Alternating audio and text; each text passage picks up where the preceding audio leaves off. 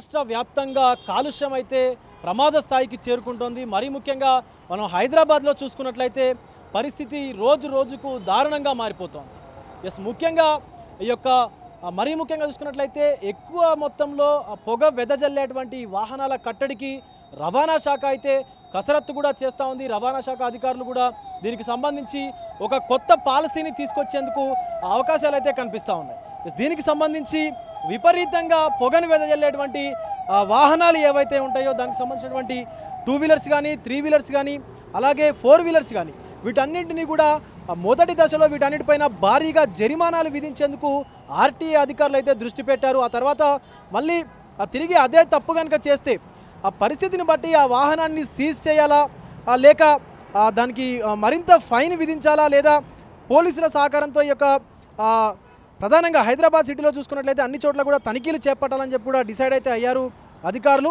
So ఇటీవల 100 మందికి పైగా అసిస్టెంట్ మోటార్ వెహికల్ ఇన్స్పెక్టర్లను అంటే AMVIలను కూడా రవాణా శాఖ అధికారులు అయితే రవాణా శాఖ కూడా నియమించుకుంది. అయితే పొల్యూషన్ కంట్రోల్ చేసేందుకు వీరి సేవలను కూడా వినియోగించుకోవాలని నిర్ణయించింది రవాణా శాఖ.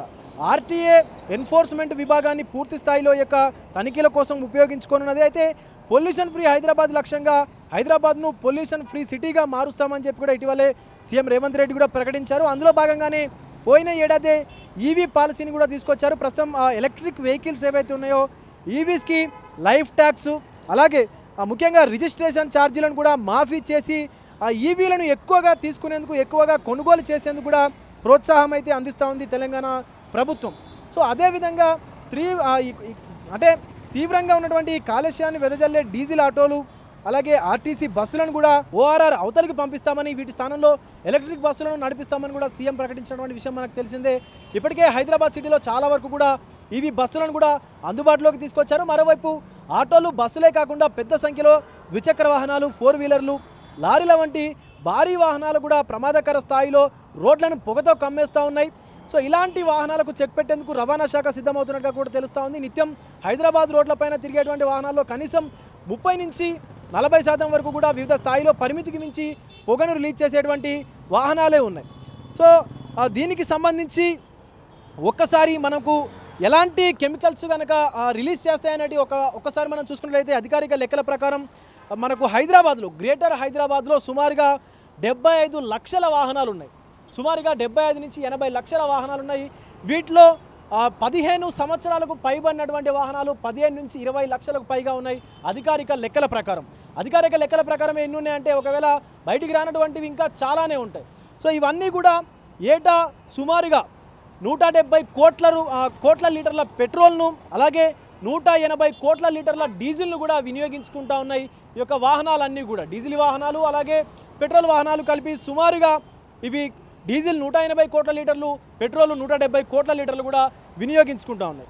సో అసలు ఒక్కసారి కనుక మనము హైదరాబాద్లో ఒక అరగంట సేపు కనుక బయట తిరిగినట్లయితే మనకు తెలుస్తూ ఉంటుంది ముక్కులోకి ధూళి రేణువులు ధూళి కణాలు ఏవైతే ఉంటాయో అవన్నీ చొచ్చుకుపోయినట్లు తెలుస్తూ ఉంటుంది. అలాగే కళ్ళల్లో కూడా మనకు విపరీతమైనటువంటి ధూళి కణాలు పేరుకుపోయి కళ్ళలో కూడా మనకు కనిపిస్తూ ఉంటుంది.